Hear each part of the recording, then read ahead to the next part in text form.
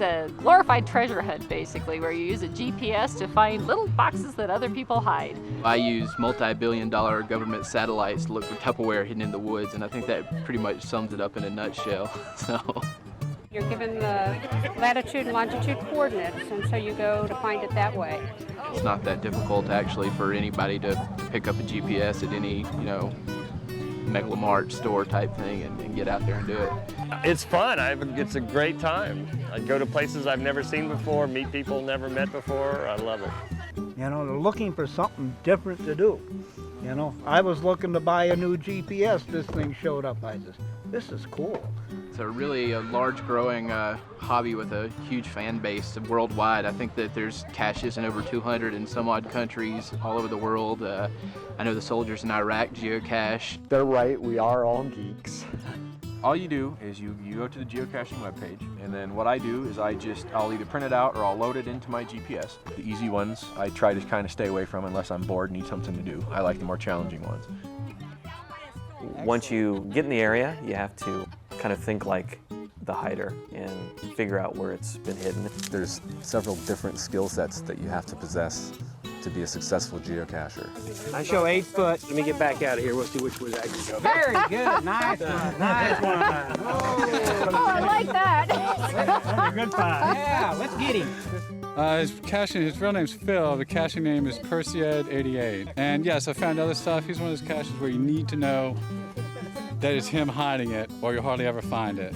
Because he'll do caches just like that. He'll hollow things out, things that look like they belong. And yes, they're very hard to find if you don't know that it's his. There's one that's an unusual one that you have to fill the outer cache container with water so that the container itself floats to the top so you can pull it out and get it to sign the log. Hey, I did a cache of yours and it was terrible. It kicked my butt. I couldn't find it. I had to go back 3 times to get it. How did you do that? See what record the hider has. Look at the logs where people have found the cache. You gotta need a lot more. Oh. You're going to take a look at the straightest route and find the easiest route as you go. You definitely cannot always go straight. There can be things like fences, streams, whatever. You're going to zigzag around. You have to do your homework, so you can actually do it all before you even leave your house. You find a location that you think would be a good place for a cache, and where it's sort of an identifiable spot. And then you mark the coordinates there with your GPS. Ta-da! Once you find the cache, you need to log the logbook, and if you have any items you want to trade, you can take an item out of the cache that you like and you can trade it with something that you have. Some people just take items. And so after a while, after a couple months of being out and being hit about a dozen times, a lot of caches get more or less depleted of anything worth trading. Once you come back home, you can write a log online and share your experience to the person who placed the cache, which is always a nice thing to do. You have become addicted. I can see where it could get to be habit forming. If you have any OCD tendencies, you might want to stay away just for your own safety's sake. It's very addictive, very addictive. Yeah, well, I'm the type of person that doesn't suck a lollipop or an ice cream cone. I just bite right into it. Well, that's geocaching for me. Anything that I do, that's the way I'm going to do it. She's the world's #1 cacher. See, I'm in a process of reevaluation and change right now because that's all I did. That's all I have done. I started to miss my kids. They're sick of geocaching and they have other interests. It's just too selfish, you know what I mean? She found a cache before anybody else, and she jumps up and screams with glee when she found the cache, like she's found her first cache, and she's probably found about 10,000 caches at that point. I own a business, and my husband's running the business, so I can do this, yeah. You know, she's always on the move, caching, talking, buzzing around.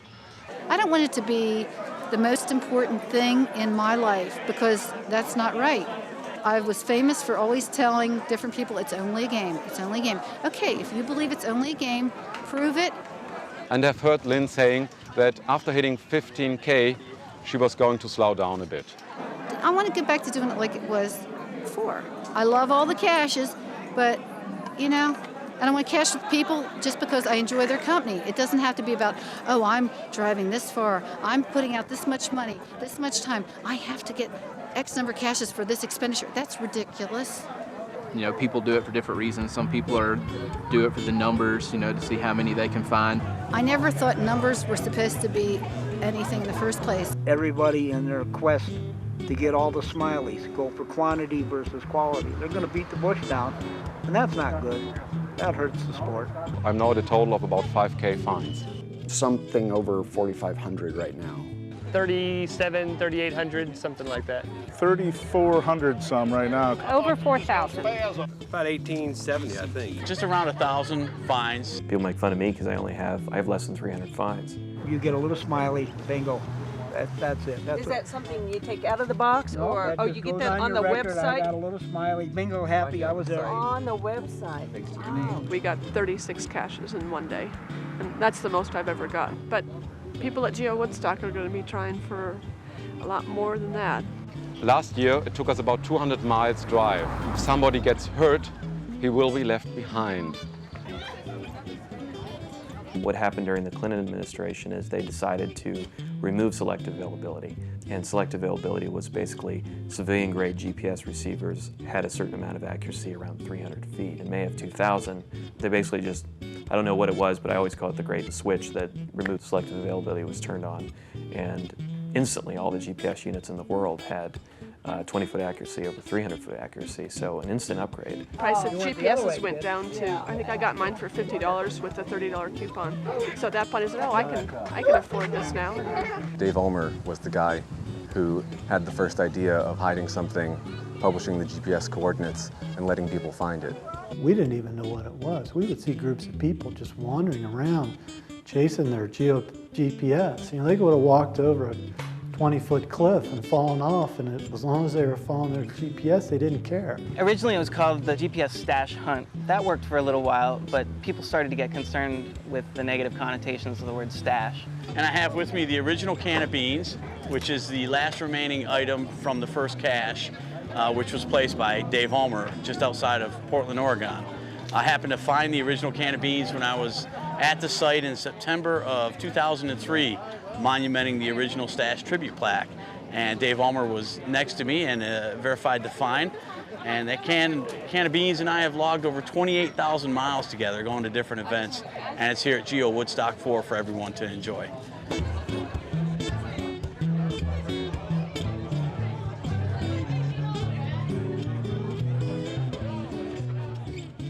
It's just such an interesting blend, and it brings so many people who would never have wouldn't even talk to each other if you were standing in line at the movies. Tennessee Jet and I own a landscape company in Knoxville, Tennessee. I'm a computer engineer. Where could I be in? In the military, in the Army. I build Subarus. I make oil, gas, and petrochemicals. I'm a general contractor. I'm a geologist. Canadian Armed Forces Reserve member in Canada. It runs the gamut, the community. It's a very broad slice of humanity, of people who are involved in geocaching.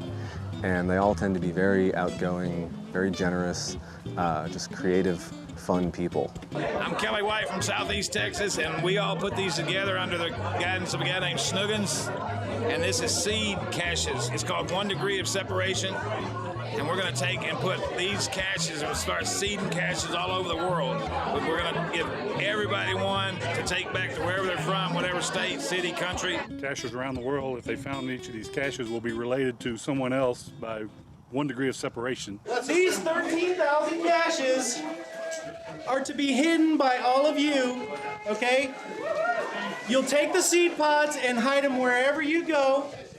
People will come and find them where you've hidden them and take the seed caches out and hide them. It took about 500 hours and about $500 to put this all together with logistics and everything.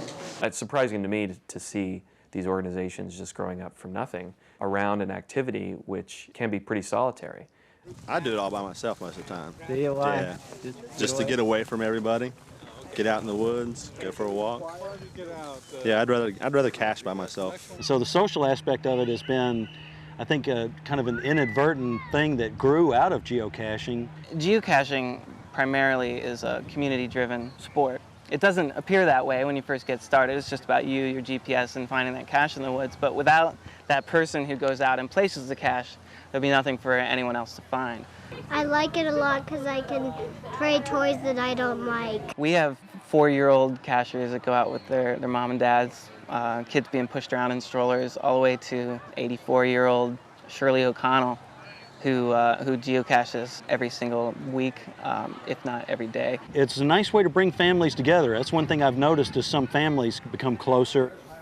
I've heard stories of fathers with teenage sons who have absolutely nothing in common. But now geocaching comes into their lives and they actually have something that they can both enjoy doing. So the social aspect is great. Now we're trading geocoins, and so that's another new way of meeting people. These were started to be made by geocaching after mountain bike sort of started the whole geocoin craze. The original geocoin idea was a traveling signature item. It would be a metal coin that is placed in caches, and people can log them out of the cache and into another one using the tracking number on the coin. But most of the time people find them and they're like, wow, this is really cool, and they just hold on to them. So it's pretty rare for a coin to actually travel more than 2 or 3 caches. The basics behind a geocoin are you place them in caches, you find them in caches, or you trade them from person to person. And then there's a whole other side of geocoins now that doesn't involve caches at all. It's the trading and collecting aspect. Coins are passed from people to people without ever seeing the inside of an ammo can. This one's called Stumpy, and it's a fairly typical cache container. Daisy's good at finding caches. And inside a cache, you'll find a logbook. And usually the first page will say something about the owner or the cache name. And then on the next page, you'll find FTF, which is first to find. So the first person to find the cache signs in and goes, woohoo, and it doesn't mean anything, but first to find is fun, and a lot of people keep track of how many they have. And a travel bug. Well, I'm going to take that travel bug home and drop it in another cache. I don't know what its mission is, but I can look it up on the internet. And what happens is you go to groundspeak.com and you buy the dog tag, and then you attach whatever you want to it, log it on geocaching.com, give it a mission, and it passes around from cache to cache. So I have a couple of mine that are now in Europe, one's in Sweden. They just end up going all over the world. It's really amazing seeing what happens to them. In my very first cache that I placed a traveling item. It was actually a frog, which ironically is now the symbol for groundspeak, and I called it the stash hopper. As far as I can tell, that's the first traveling item or hitchhiker that ever was in the game. There's a lot of different types of geocachers out there. There are some that really enjoy doing the micro caches. And there's this community of people who love to go out and find the tiniest caches in the biggest places. In pretty much every major city in America, there's at least a dozen or 2 of those caches that people walk by every day and have no idea that they're even there. You're trying to find a film canister hidden under a brick in the middle of a shopping mall or something like that. You can just glue a magnet to one of these things and stick it either under a park bench or a facade of a building. And then some are, way out in the country, and so you're in the middle of absolutely nowhere with nobody around. And we are going on a cache run. It's a less common form of caching, but when you have an event like this, it's a lot of fun for everyone to go together.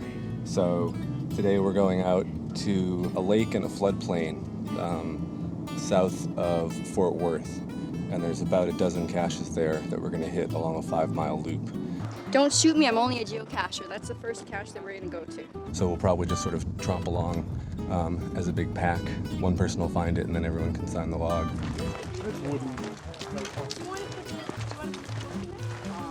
So here we are about 100 feet that way, so it should be somewhere in that group of trees.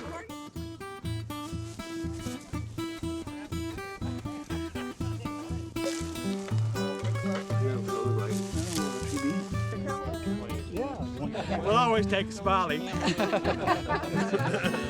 Who gets to put it back in? Just because there's a cache that's placed 100 feet off trail and all the signs state that you must stay on trail, that's a cache that you shouldn't visit.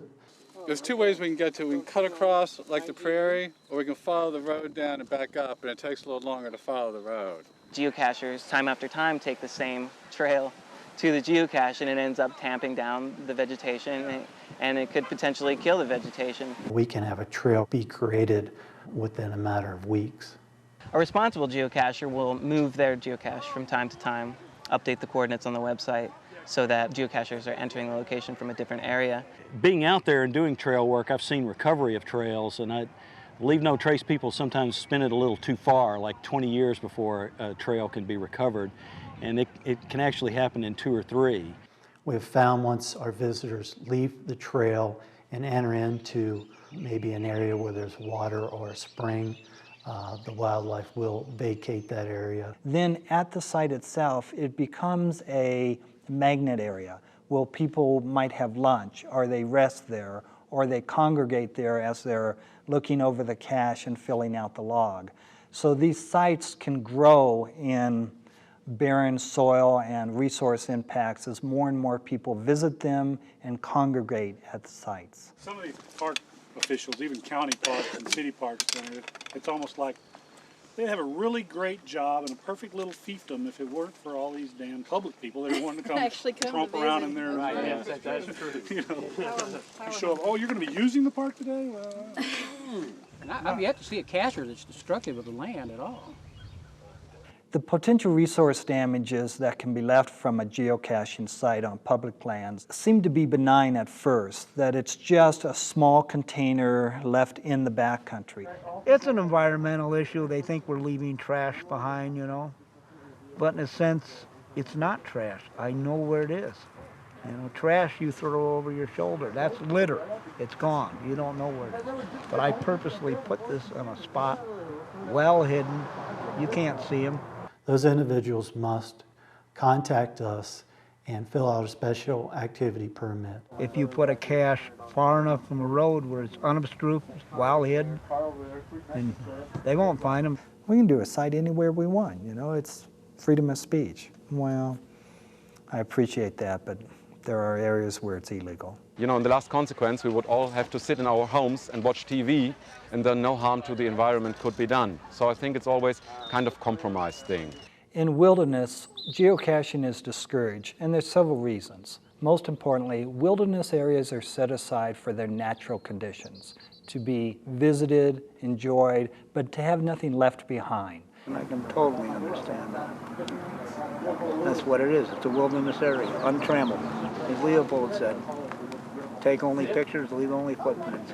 Virtual caching is where you actually would have coordinates that lead you to a natural feature, such as a rock outcropping or a particular tree or some site in the backcountry that you can identify for people to go to. Therefore, you wouldn't have a container or something left behind. Oh, I can't imagine geocachers are doing any damage at all to forests. They don't know as much about the lands as we do, but you can go put a cache wherever you would like, according to the geocacher sometimes. You may put it under a bald eagle nest. It's the only active bald eagle nest in all Larimer County. Well, you might not know anything of that nest and put a cache right under it. Didn't know any better, I wouldn't expect you to. But if you come to us, I'm going to say there's a bald eagle nest here. The Division of Wildlife recommends we're not within a half-mile radius of that eagle's nest. We have to be conscious of what the National Park Service and people like that want us to do. The National Park Service has decided that they do not wish to have geocaches placed on their lands. They want to define to the letter how you're supposed to recreate. We'll work within your guidelines. You approve them. You give us permits. I'm not filling out any permit. Just let us try it and see if it'll work. They still won't do it. And the national parks are always carping about how they're underfunded and they don't have any money. And Right, this is a and perfect revenue stream for them to say, you know, $5, $10 a permit for a year, and it would bring more traffic into the parks. They have a resource to protect, and they feel that they're protecting it in the best way that they know how. If I wanted to get permission, like from the landowner, to place a cache, you literally go do a river cleanup and put a cache in. Cache in, trash out. It's both a philosophy in general that every time you go out looking for a cache, it's a good idea to pick up some trash and take it out with you. I think it's a wonderful idea, but then in a way I don't like it because Do fishermen have to do a project to fish? Do hunters have to do a project to fish? No. So we're kind of, geocachers are kind of on the outside, so-called polluting the world. If you're going fishing, you need to know if you're allowed to fish in that lake or not. In some cases, we do have strict guidelines. There's certain things that we don't want on the website, and that's caches under bridges, caches in schoolyards, or on the steps of a Capitol building. Or you don't want to put it halfway down a cliff that people are going to have to rappel to it unless you put very explicit warnings on the page saying, hey, this is a really dangerous cache, cache at your own risk. Certain objects not be placed in caches, food items, things that might be dangerous to children. We don't put them in railroad tracks or places, where people could get hurt, and they are not buried, period. Because sometimes people who don't know anything about geocaching get a little freaked when they see you trying to find stuff in the woods or they find an ammo box or whatever. Well, I'll tell you, just post 9/11, we had a cache that was placed in a metal box under a bridge on a state highway. Instantly, everything went into motion. There's a lot of suspicion, and the idea of creating caches in the woods and containers that aren't well marked can cause quite a stir. One time when I was in D.C., the way the D.C. roads go, there are a lot of one-ways, so you tend to circle a lot. And I ended up circling the White House about 4 times in a minivan with temporary tags, and then parked it near there and walked behind the White House to find a couple of virtual caches there. And the Secret Service were interested in what I was doing. He's known for getting stopped by the police at caches. Well, it was pretty interesting because the first Secret Service agent came up on a bicycle in a uniform, and he was very friendly, and he asked what I was doing, and I showed him about geocaching, and he thought it was very cool, and he was very friendly. And then another guy showed up on a bike, and he too was interested, and just thought this was a very fun activity, and we were just basically small talking about it. And then 2 black Suburbans rolled up, and 2 plainclothes gentlemen came out, and all the smiles were gone. And that was the point at which I realized that they had kept me there until the big guns rolled in. One place he was doing a cache that an elementary school class had put out. So it was actually on school grounds. So here this man in his 50s is hanging around at this elementary school in the woods in the middle of the day. The cops find him there, and it was it was pretty bad. I mean, they ended up running him off. I mean, they didn't arrest him or anything, but they didn't want him around there, which is a little understandable.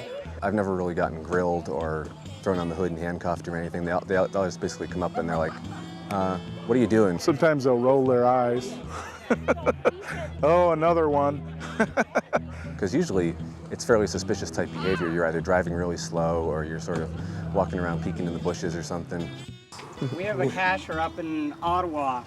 He goes by the nickname Zardemus.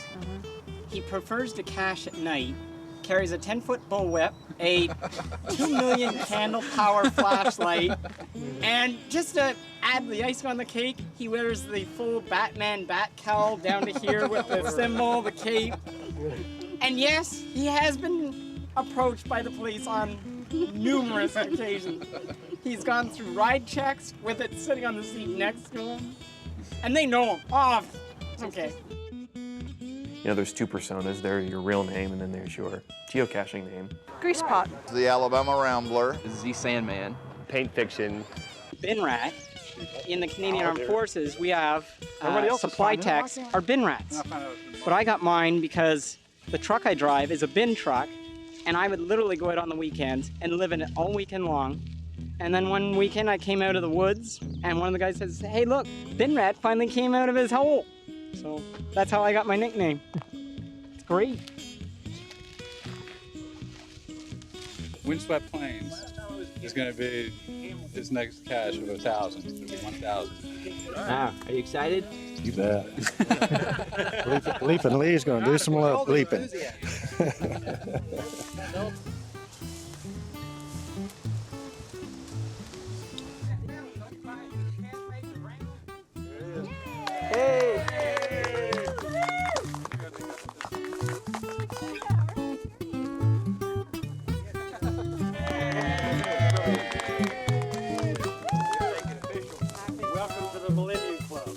one of those phenomenons where there's the website, and most websites, the idea is that you're supposed to go on surf and interact with the website. In this case, the whole idea is go to the website, find a listing, and then get out of your house and go outdoors. Actually, geocaching is a fantastic way to teach people to explore the backcountry. It's a great way to teach young kids how to use a map and how to use the new technology of like a GPS unit. If you have any interest in gadgets or computers or the outdoors or hiking, I think you should give it a try because I think you'll find it very interesting. I look at it like a sport. There's Mickey Mantle, there's Pete Rose, and there's Dennis Rodman. There's the good, there's the bad, and there's the ugly.